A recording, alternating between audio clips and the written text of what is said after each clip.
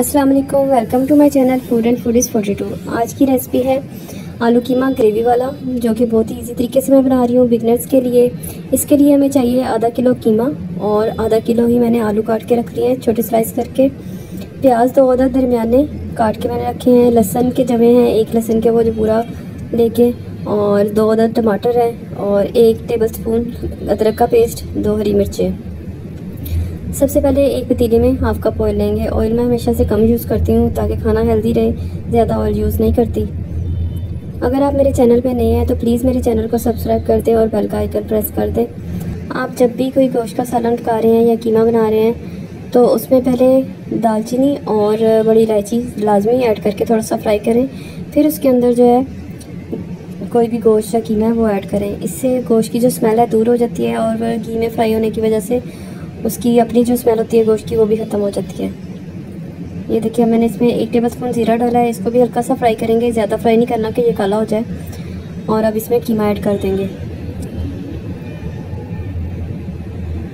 कीमा add करने के बाद हमने इतना भूनना है कि इसका कलर चेंज हो जाए, इसमें से जो पानी है एक्स्ट्रा वो खुश्क हो जाए। इस तरह फ्राई करके पकाने से आपके सालन में से स्मेल आने के चांसेस जो हैं 50% से ज़्यादा ख़त्म हो जाते हैं। इसलिए जो बिगनर्स हैं वो ट्राई करें कि इसी तरह से बनाएं, क्योंकि उनको गोश्त की क्वालिटी का इतनी जल्दी अंदाज़ा नहीं होता कि कौन सा गोश्त है, किस तरह का इसमें से स्मेल आएगी या नहीं आएगी।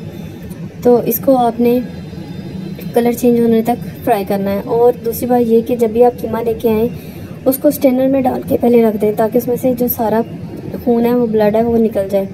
अब मैंने इसमें सारे प्याज, टमाटर, अदरक, लहसुन सब कुछ शामिल करके इसको 1-2 मिनट में भूनूंगी ताकि वो थोड़ा सा सोते हो जाए। और फिर इसमें नमक मिर्च ऐड करूँगी। 1 टीस्पून सुरख मिर्च का डाल रही हूँ मैं। कभी भी शुरू में बहुत ज़्यादा मिर्च और नमक ऐड ना करें जब तक आपका हाथ सेट नहीं होता। 1 टीस्पून ही मैं इसमें सूखा धनिया पिसा हुआ वो डाल रही हूँ। 1 टीस्पून इसमें नमक आप हमेशा शुरू में कम डालें और चख के जब हांडी आपकी तैयार होने वाली हो तो चख के फिर इसमें थोड़ा सा और ऐड कर लें अगर आपको ज़रूरत है तो। 1/2 टीस्पून इसमें हल्दी का डलेगा। जो बिगनर्स हैं वो क्वांटिटी के लिहाज से इन चीज़ों को थोड़ा सा ज़्यादा कर लें तो फिर उनकी चीज़ों को कभी भी कम या ज़्यादा मिर्च का प्रॉब्लम नहीं होगा। ये देखिए अब मैंने इसमें डाल के थोड़ा सा इसको मिक्स कर लिया है। 2-3 मिनट के बाद ये देखिए सब चीज़ें जो है मिक्स हो चुकी हैं।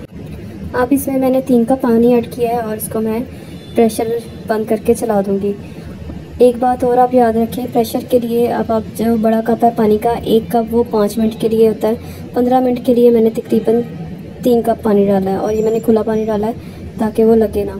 ये देखिए 15 मिनट हो चुके हैं, कीमा गल गया। अब इसमें से मैं सारी स्किन रिमूव कर रही हूँ टमाटरों की और इसके बाद इसका पानी खुश्क कर लूँगी और इसको भून लूँगी।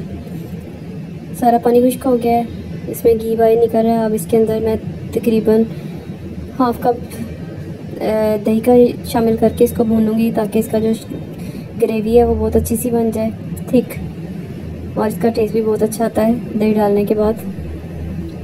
अगर आपके पास दही ना हो तो आप इसको स्किप भी कर सकते हैं। ये दही खुश्क हो गया। अब इसमें मैंने आलू डालने हैं। आलू डाल के इसको मैंने 1-2 मिनट भूनना है और फिर इसमें पानी ऐड कर दूँगी। पानी आपने अपनी मर्ज़ी से ऐड करना है। अगर आपने शोरबा बनाना है तो आप ज़्यादा पानी ऐड कर लें और 15 मिनट पका के चेक कर लें आलू गल गए हैं या नहीं। अगर आपने इसको कम ग्रेवी वाला बनाना है तो इसमें कम पानी ऐड करें। मैंने इसको ज़्यादा नहीं बनाना, इसलिए मैंने इसमें सिर्फ 2 कप पानी डाला है ताकि वो थिक ग्रेवी बन जाए। और मैं इसको तकरीबन 10 से 15 मिनट ही पकाऊँगी। 10-15 मिनट पकाने के बाद आप भी चेक कर लेंगे आपको कितना शोरबा चाहिए। आप उसके मुताबिक इसको कम या ज़्यादा कर सकते हैं। शोरबे में खुशबू के लिए मैं 2 इलायचियाँ ऐड करूँगी। ये 2 इलायचियाँ जब इसके साथ पक जाएंगी इसके ग्रेवी में से बहुत अच्छी खुशबू आना शुरू हो जाएगी। ये देखें आलू कीमा रेडी है। अगर आपको मेरी रेसिपीज़ पसंद आ रही हैं तो प्लीज़ मेरे चैनल को सब्सक्राइब करें। अल्लाह हाफिज़, शुक्रिया।